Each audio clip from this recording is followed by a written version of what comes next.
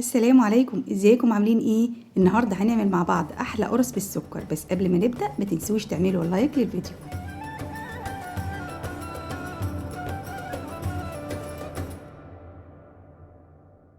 بسم الله. مقادير القرص عباره عن كيلو دقيق مخبوزات، معلقتين كبار سكر، ومعلقه كبيره خميره، وكوبايه الا ربع زيت، وكوبايه ميه دافيه للعجن. هبدا اضيف السكر والخميره والزيت، واخيرا هضيف الميه الدافيه. بنعجن بميه دافيه يا جماعه، ما ينفعش نعجن بميه سخنه علشان ما تموتش الخميره، وما نعجنش بميه بارده علشان ما تاخرش عمليه التخمير. يفضل نضيف الميه بالتدريج علشان الدقيق بيختلف من نوع لنوع. هنفضل نعجن فيها لحد ما تبقى بالشكل ده، عجينه مطاطيه وناعمه جدا علشان تدينا نتيجه كويسه في الاخر. يعني هفضل اعجن فيها مش اقل من 10 دقايق. هغطيها وهسيبها في مكان دافي لحد ما تخمر وترتفع معايا. وهنا معايا 4 معالق كبار سكر حبيبات علشان احشي بيه القرص. هضيف عليهم 3 معالق دقيق بالمعلقه الصغيره، وهقلبهم كويس جدا مع بعض. انا ضفت الدقيق على السكر علشان لما احشي بيه القرص السكر ما يكرملش. تمام. ومعايا هنا معلقتين كبار سمسم ومعاهم معلقه صغيره سكر، هقلبهم مع بعض. خلاص العجينه خمرت وبقت جاهزه معايا.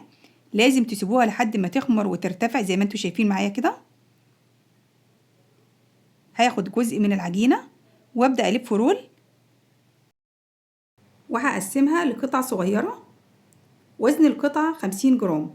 انا شايفه الوزن ده مناسب جدا لحجم القرصه اللي انا هعملها.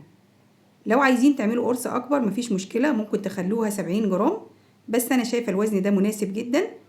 هيطلع معايا كميه كويسه هنشوفها مع بعض في اخر الفيديو.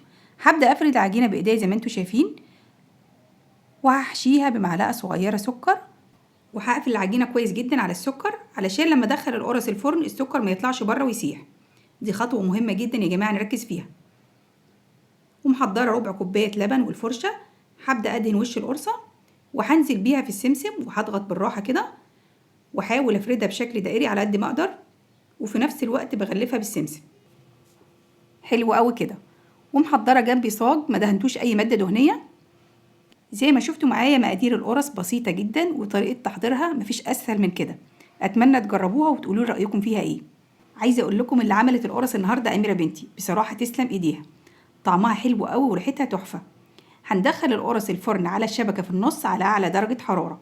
ولو عندك مروحه في الفرن هتشغليها من الاول، ولو ما عندكيش مروحه اول ما القرص تاخد اللون الذهبي من تحت هتطفي تحت وتولعي الشوايه تاخد اللون الذهبي وتبقى جاهزه معانا بالشكل ده. ايه رايكم بقى في الجمال ده؟ من كيلو دقيق عملت كل الكميه الحلوه دي ما شاء الله. احلى واطعم وانضف اكيد من اللي بنجيبها من بره. اتمنى تجربوها وتقولوا لي رايكم فيها ايه. يا ريت لو عجبكم الفيديو ما تنسوش تعملوا لايك للفيديو، ولو لسه ما اشتركتوش في القناه اتمنى تنوروني وتشتركوا في قناتي. اشوفكم على خير في فيديو جديد، والسلام عليكم ورحمه الله وبركاته.